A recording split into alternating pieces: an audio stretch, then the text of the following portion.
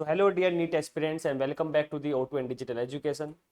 और हमने last lecture में बेसिकली डिस्कस किया था बॉडी फ्लूइड एंड सर्कुलेशन वाला चैप्टर, जिसमें हम डिस्कस कर चुके थे about the body fluids and body fluids have the two types of the components such as the, मतलब अगर हम बॉडी फ्लूइड्स की बात करें तो दो टाइप के फ्लूइड्स हैं, एक है लिम्फ और एक होता है ब्लड। और अगर हम ब्लड की बात करें तो ब्लड के दो कंपोनेंट होंगे, एक प्लाज्मा होगा और उसमें और दूसरा क्या होगा, ब्लड सेल्स होगा। तो लास्ट लेक्चर में बेसिकली हमने डिस्कस किया था about the plasma and also one blood cell हमने डिस्कस की थी which is the very important which known as erythrocytes. उन्हीं की हम बात करने वाले हैं यहाँ पर ल्यूकोसाइट्स की। But before to start this lecture, जो हमने लास्ट लेक्चर में पढ़ा था हम उसको रिकॉल करेंगे। So firstly I am talking about the first body fluid which is the blood. तो ब्लड के बेसिकली दो कंपोनेंट हैं, एक है प्लाज्मा और दूसरा कौन सा है, ब्लड सेल्स है। अब अगर हम बात करें प्लाज्मा के total constituents in the aspect of the blood, तो 55% ऑफ टोटल ब्लड वॉल्यूम जो होगा वो क्या होता है, प्लाज्मा होगा। और प्लाज्मा क्या कंस्टिट्यूएंट्स क्या होगा, मतलब कंपोजिशन ऑफ प्लाज्मा की अगर हम बात करें यहाँ पर, कंपोजिशन ऑफ प्लाज्मा की अगर हम बात करें तो 90 से 92% इसमें क्या था बच्चों, वाटर था। 7 to 8% या 6 to 8% बोल दो, 6 to 8% जो है वो प्रोटीन्स हैं। अब कौन कौन से प्रोटीन्स होंगे और उनका रोल क्या होगा, ये हमारे लिए बहुत इंपॉर्टेंट है। जैसे अगर हम यहाँ पे बात करें तो प्रोटीन तीन टाइप के हैं, फिब्रिनोजन, मेनली जो होंगे वो तीन टाइप के प्रोटीन प्रेजेंट होंगे, फिब्रिनोजन, एल्बुमिन एंड ग्लोबुलिन। और थर्ड थर्ड कौन सा है, ग्लोबुलिन। ये तीन टाइप के प्रोटीन्स हैं। और क्या होगा इसमें भाई, कुछ आयंस भी होते हैं सच एज सोडियम है, क्लोराइड है, कैल्शियम है, मैग्नीशियम है एंड ऑल्सो एक और होता है बाइकार्बोनेट। और बाइकार्बोनेट का रोल तुम्हें पता होना चाहिए ब्लड में। देन और क्या है यहाँ पर, मिनरल्स की अगर हम बात करें या न्यूट्रिएंट्स,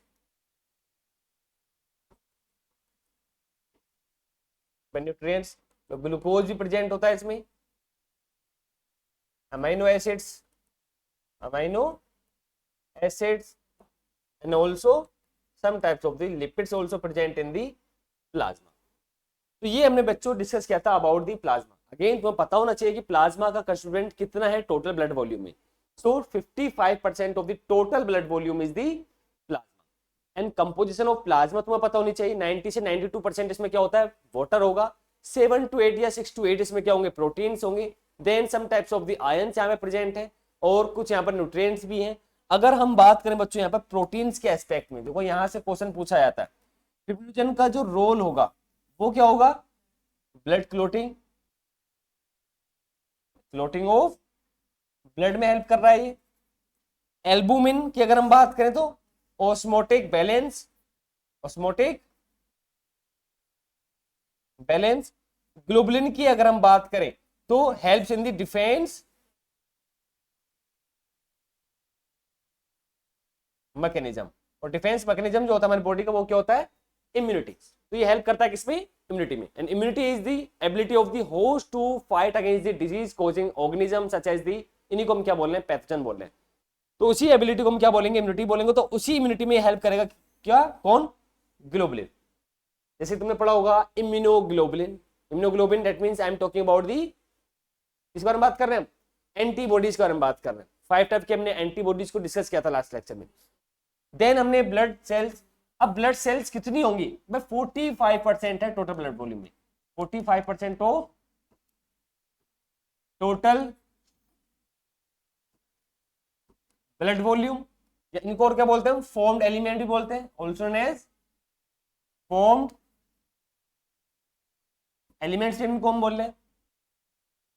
अब ब्लड सेल में कौन कौन सी सेल आ गई यहाँ पर, mainly RBC, WBC and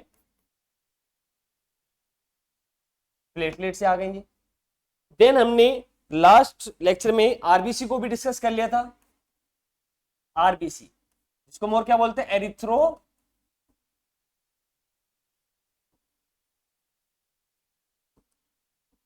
erythrocytes इनको हम बोल रहे हैं भाई, ये रेड है, red blood cells, these are red blood cells. Red क्यों है ये? Due to the presence of haemoglobin, globin not globulin, haemoglobin. दो पार्ट है इसमें हीमोग्लोबिन में, एक होता है हीम और एक होता है ग्लोबिन। हीम जो है ये आयरन पार्ट है, this is iron part, and globin is the protein part. और याद रखना प्रोटीन पार्ट में ही क्या प्रेजेंट होंगे? अमाइनो एसिड्स प्रेजेंट होंगे, और इसी अमाइनो एसिड से बाइंड करता है क्या? CO2 when carboxy haemoglobin form. CO2 bind करेगा हीमोग्लोबिन के साथ, और वो किस पार्ट से बाइंड करेगा? ही अमाइनो एसिड के साथ बाइंड करेगा, उसी को हम बोलते हैं कार्ब अमाइनो हीमोग्लोबिन। और ऑक्सीजन जो बाइंड करता है वो आयरन पार्ट से करता है। एक बार इसको लिख लेते हैं, इसके साथ बाइंड करेगा कौन? ऑक्सीजन। और इस प्रोटीन के साथ बाइंड करेगा कौन? CO2। And due to the presence of the haemoglobin in the erythrocytes of the RBC, इसका जो कलर है वो क्या है? रेड है। अगर हम बात करें इसके काउंट्स की, बताओ काउंट्स क्या होंगे इसके? 5 to 5.5 पर क्यूबिक मिलीमीटर में, ये हो गया काउंट। शेप की अगर हम बात करें भाई, बाई कॉनकेव शेप होती है इसकी, बाई कॉनकेव शेप होगी। लाइफ स्पेन की अगर हम बात करें 120 डेज इसका लाइफ स्पेन है। ग्रेवयार्ड ऑफ आरबीसी, अब ग्रेवयार्ड का मतलब क्या होता है? Graveyard of RBC that means the जो कब्रिस्तान टाइप होता है उसी को हम क्या बोलते हैं? ग्रेवयार्ड। मतलब ये आरबीसी जो है after the completion of their life span, damage कहां पर होंगी या फिर ब्रेक कहां पर होंगी? स्प्लीन में होंगी। दैट्स व्हाई इसको हम क्या बोल रहे हैं? Graveyard of RBC. आरबीसी की फॉर्मेशन कहां होगी? अगर हम बात करें इसकी फॉर्मेशन की, आरबीसी की फॉर्मेशन को हम क्या बोलते हैं? टर्म से हमने रिप्रेजेंट करा उसको एरिथ्रोपोइसिस, हमने उसको बोला, क्या बोला हमने इसको? एरिथ्रोपोइसिस हमने बोला। पॉइंट है कहां? वेयर? तो होगी red bone marrow of long bones, bone marrow of long bones. और हमने ये जो पॉइंट पढ़ा ये किसके लिए है? फॉर एडल्ट्स के लिए है ये पॉइंट, फॉर एडल्ट्स। भाई आरबीसी में हीमोग्लोबिन प्रेजेंट है, हमने बॉडी ब्रीथिंग एंड एक्सचेंज वाले चैप्टर में पढ़ा था कि अप्रोक्सीमेटली 15% होता है, लेकिन यहां पर क्या बोला जा रहा है कि 12 to 16 ग्राम्स होगा पर 100 ml ऑफ द ब्लड में। मतलब 12 to 16 gram of haemoglobin in 100 ml of blood. तो इसके अकॉर्डिंग हमें वैल्यूज पता होनी चाहिए कि कितने परसेंटेज या कितने ml के ऑक्सीजन को कैरी कर सकता है एक मोलिक्यूल ऑफ द हीमोग्लोबिन, या 1 ग्राम हीमोग्लोबिन जो होगा पता होना चाहिए हमें।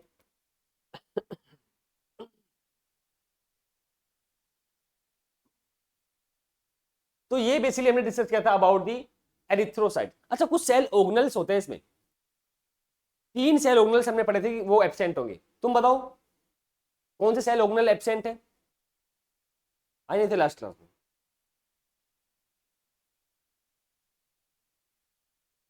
न्यूक्लियस और माइटोकॉन्ड्रिया एंड ऑल्सो ER। ये तीनों सेल ऑर्गेनल्स क्या है? आरबीसी में एब्सेंट हो। I am talking about the mature RBC. Mature RBC में कौन कौन से एब्सेंट है?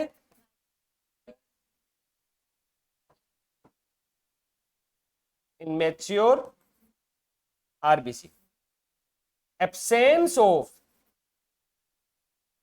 पहले एक तो न्यूक्लियस एब्सेंट है, माइटोकॉन्ड्रिया एंड आल्सो ER। ये तीनों सेल ऑर्गेनल जो है इसमें एब्सेंट होंगे।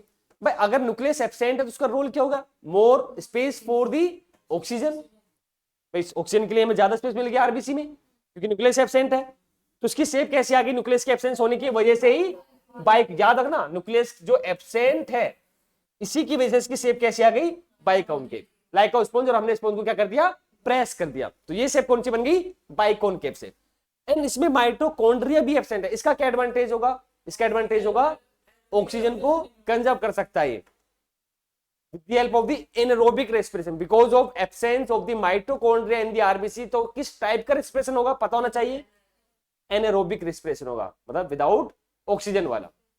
हाँ, अगर इसमें माइटोकॉन्ड्रिया होता तो जितने परसेंटेज एमएल को ये ऑक्सीजन को कैरी कर रहा था उसके कुछ फ्रैक्शन को ये क्या कर लेगा, अपने रेस्पिरेशन में कंज्यूम कर लेगा।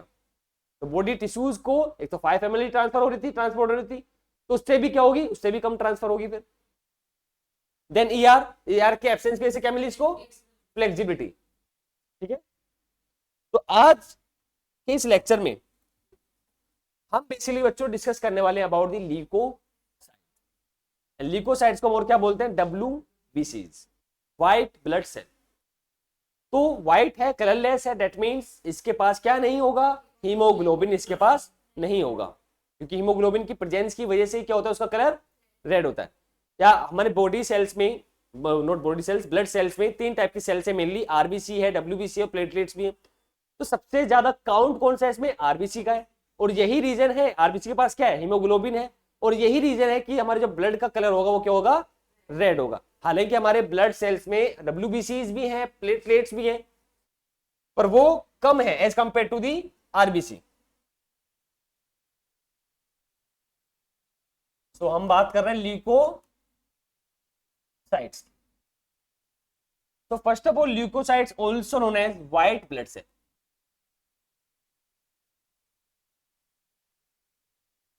also known as white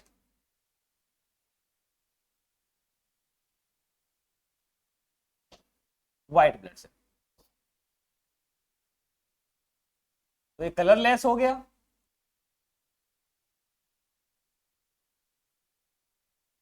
point है कि व्हाइट क्यों है या कलरलेस क्यों है, due to the absence of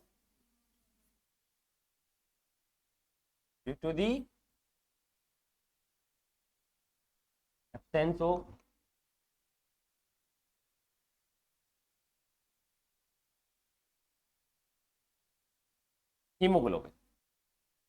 अच्छा, हमने पढ़ा कि आरबीसी में न्यूक्लियस क्या था, एब्सेंट था, मतलब ए न्यूक्लिएटेड है आरबीसी। पर डब्ल्यूबीसी के एस्पेक्ट में अगर हम बात करें तो ये न्यूक्लिएटेड होगा। ये कैसा होगा, न्यूक्लिएटेड है। काउंट्स की अगर इसकी हम बात करें तो approximately 6000 to 8000 mm minus cu पर क्यू मिलीमीटर में, ये हो गया इसके काउंट्स। अब जो WBC है वो मेनली 2 टाइप की होगी, on the basis of the presence और absence of the granular structures in their cytoplasm. मतलब जो WBC है उसके साइटोप्लाज्म में अगर ग्रेन्यूल्स प्रेजेंट है, एक तो टाइप की ये हो गई, और उसके साइटोप्लाज्म में ग्रेन्यूल्स नहीं भी हो सकते हैं, एक टाइप की वो हो गई। So on the basis of presence or absence of the granular bodies in their cytoplasm, WBCs are of mainly 2 types, granulocytes and second one will be agranulocytes। तो हम उन्हीं की बात कर रहे हैं यहाँ पर। हम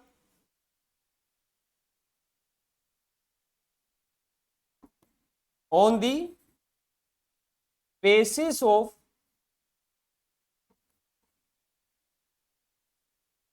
presence or absence of granular bodies in their cytoplasm, WBCs are of mainly 2 types, are of mainly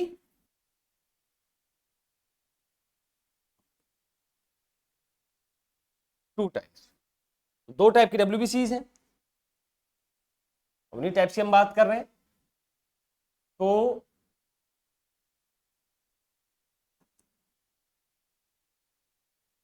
first जो है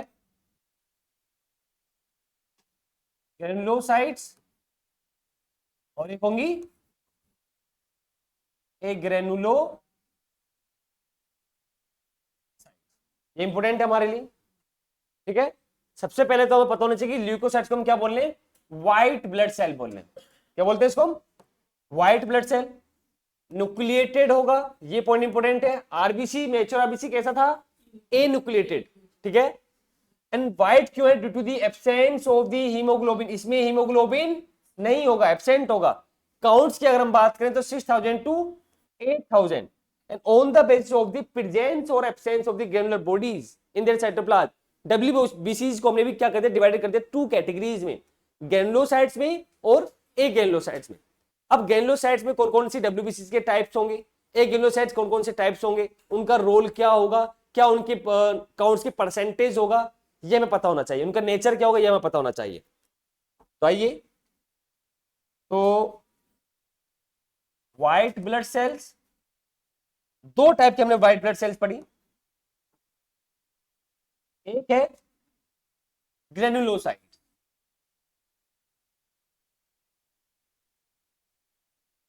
granulocytes,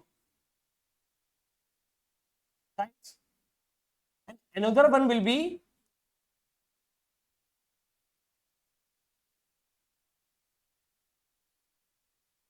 agranulocytes, granulocytes and the agranulocytes।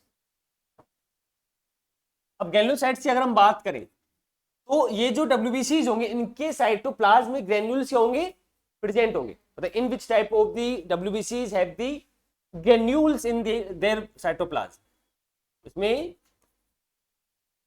Granular structure will be present in cytoplasm, in cytoplasm. पर इसमें granules क्या होंगे, ए देखो, ए का मतलब क्या होता है, absence, absence of granular structure. इसमें ग्रेन्यूल्स प्रेजेंट है, उस वाले में ग्रेन्यूल्स एब्सेंट है। अब अगर हम बात करें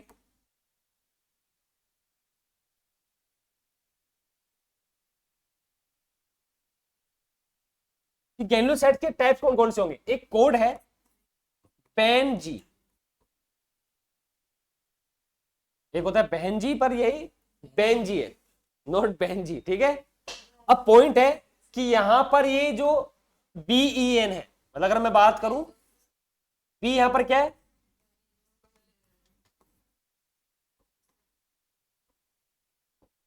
basophils, and E here is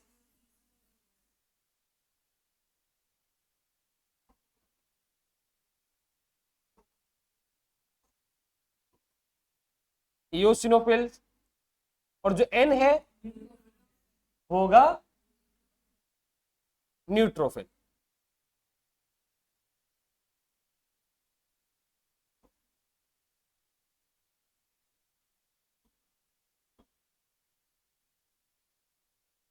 and G here is the granulocytes.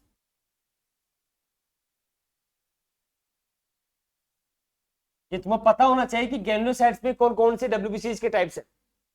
तो कोड याद रखो, BEN Ben G. B here is the basophils, E represent कर रहा है यहाँ पे किसको, इओसिनोफिल को, एंड एन न्यूट्रोफिल को, एंड जी यहाँ पर क्या है, ग्रेनुलोसाइट्स। अब अगर हम बात करें ए ग्रेनुलोसाइट्स की, तो चाचा विधायक हमारे, सुना है ऐसा कुछ, और विधायक को हम क्या बोलते हैं, MLA। अब यहां पर जो M है वो रिप्रेजेंट कर रहा है किसको, मोनोसाइट्स को, मोनोसाइट्स को रिप्रेजेंट कर रहा है। और जो L है, ये बहुत इंपॉर्टेंट है हमारे लिए, लिम्फोसाइट्स को रिप्रेजेंट कर रहा है। और A जो है ए ग्रेनुलोसाइट्स हो गया।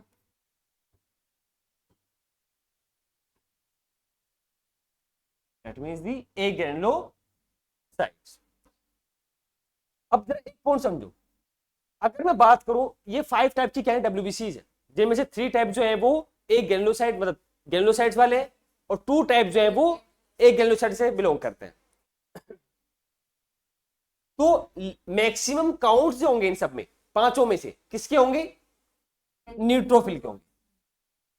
तो कितने हैं, 62-65% है ये टोटल।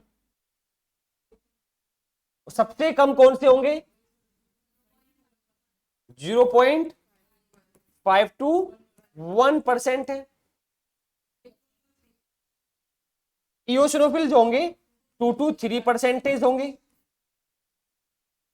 मोनोसाइट जो है 6 to 8% है, 6 to 8% है।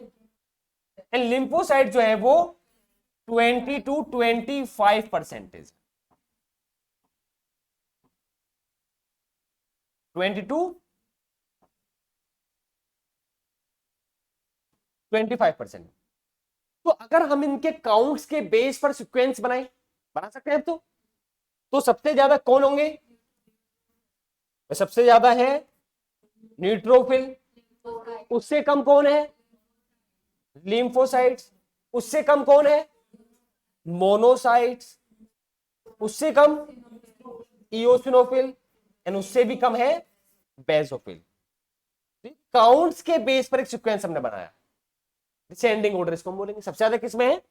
Neutrophil, then lymphocytes, monocyte, eosinophil, then basophil. तो याद रखना, एक तो तुम्हें ये पता होना चाहिए कि सबसे ज्यादा कौन है? मैक्सिमम। ये क्या होंगे? मैक्सिमम होंगे। और मिनिमम काउंट किसके हैं? ये जरूर तुम्हें पता होना चाहिए। मिनिमम एक तुम्हें यहां पर पता होना चाहिए अबाउट दी लिम्फोसाइट्स, क्योंकि लिम्फोसाइट्स इन्वॉल्व होंगे किसमें? इम्यून सिस्टम में। तो इसका टोटल डब्ल्यूबीसीज में ल्यूकोसाइट्स में कितना परसेंटेज है सेल्स का, वो तो पता होना चाहिए। 20 to 25% होगा। कोई डाउट है यहां पर? अब आइए जरा एक एक करके क्यों समझते हैं हम।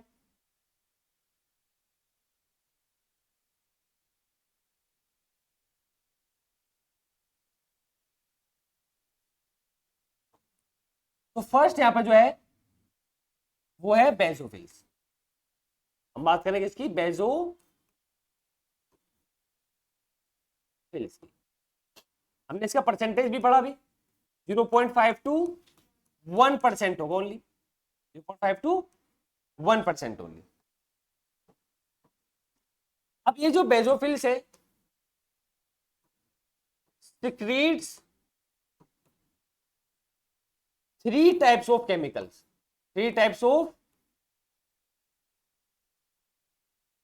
केमिकल। फर्स्ट है सेरोटोनिन, सेकंड है हिस्टामिन, एंड थर्ड है हिपेरिन। अब ये जो दोनों केमिकल हैं ये वाले सेरोटोनिन एंड हिस्टामिन इन्वॉल्व होते हैं इन्फ्लेमेटरी प्रोसेस में, इन्वॉल्व इन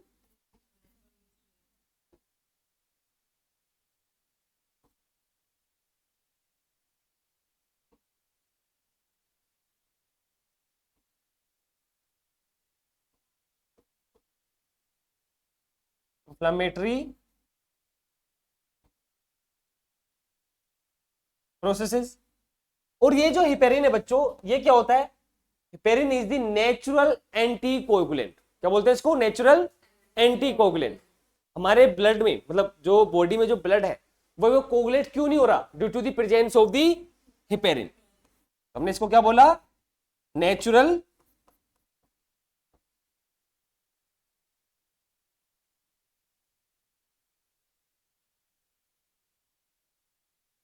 एंटी कोगुलेंट हमने बोला किसको? हिपेरिन को। ये तो पता होना चाहिए, ये नेचुरल एंटी कोगुलेंट है। तो मान लो जब हम क्या करते हैं एक प्रोसेस है डायपेट एक मिनट, हम किस बात कर रहे हैं? हीमोडायलिसिस की। तो जब हम हीमोडायलिसिस करते हैं तो ब्लड को क्या करते हैं? बॉडी से बाहर निकालते हैं, ठीक है। तो बॉडी से बाहर निकालने के टाइम पर हम क्या करते हैं? उसमें नेचुरल एक तो एंटीकोगुलेंट प्रेजेंट है हिपेरिन, लेकिन अब उसमें हम क्या करेंगे? बॉडी से बाहर निकालने के बाद में उसमें एक सिंथेटिक, या तो हम हिपेरिन को ऐड कर सकते हैं या सिंथेटिक हम वारफोरिन जो हम बोलते हैं जिसको एंटीकोगुलेंट। तो याद रखना नेचुरल एंटीकोगुलेंट को और सिंथेटिक एंटीकोगुलेंट। मैं लिख रहा हूं यहां पर सिंथेटिक एंटी कोगुलेंट है वो कौन सा है बच्चों? वारफेरिन। नेचुरल वाला जो होगा वो हिपेरिन है, तो हम शायद ये कर देना चाहिए।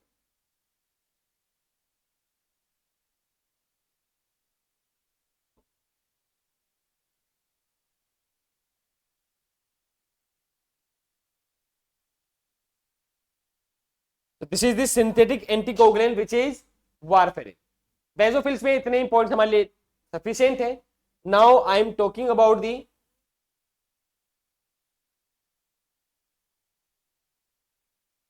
इओसिनोफिल।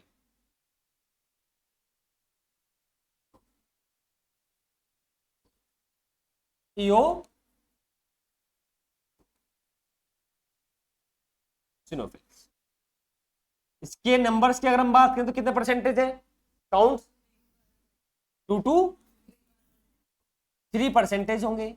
और एक पॉइंट याद रखना इओसिनोफिल्स में, सबसे पहला पॉइंट तो यह है, ये क्या करेंगे, रजिस्ट करेंगे किसको, इन्फेक्शन को। एनर्जिक रिस्पॉन्स के टेम्परिंग के जो काउंट्स हैं वो क्या हो जाएंगे, इंक्रीज हो जाता है। ये 2 पॉइंट हमें याद रखने इओसिनोफिल में। पहला point, resist helps in the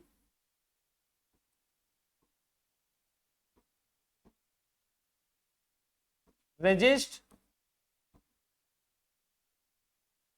infection, infection को रजिस्ट कर रही है। दूसरा point, increases in the numbers, increases in the number during allergic response, during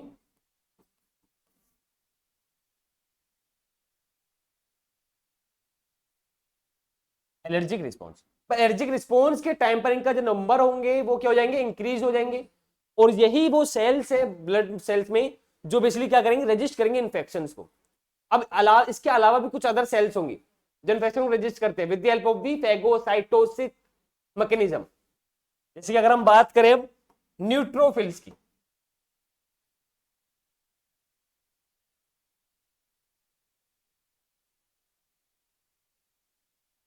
neutrophils तो कितना परसेंटेज है, 60 to 65% है। सबसे पहले तो ये तो पता होना चाहिए कि सबसे ज्यादा कौन से है, वो न्यूट्रोफिल है। इस पॉइंट से क्वेश्चन पूछा जाता है। अब फैगोसाइटिक के पास, मतलब नॉट फैगोसाइटिक, न्यूट्रोफिल के पास एक एबिलिटी होती है, एक नेचर होता है, इसको हम बोलते हैं फैगोसाइटोसिस या फैगोसाइटिक नेचर। उसी नेचर के हम यहाँ पर बात कर रहे हैं, have the phagocytic nature. Important point है ये, फैगोसाइटिक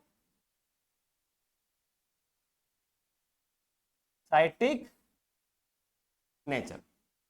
अब ये नेचर है क्या, मतलब व्हेन दी फॉरेन माइक्रोब या organism enter in the body, तो उनको एनगल्फ कौन करेगा, न्यूट्रोफिल। उनके एनगल्फ करने के प्रोसेस को या नेचर को हमने क्या बोल दिया, इसको फैगोसाइटिक नेचर बोल दिया। तो in this nature engulf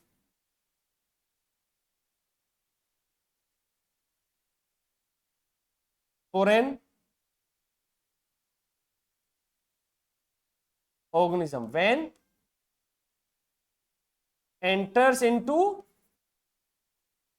body, इसी प्रोसेस को हम नेचर को हमने क्या बोला, फैगोसाइटिक नेचर बोला। और इस फिनोमिना को हम क्या बोलते हैं, दिस फिनोमिनन नोन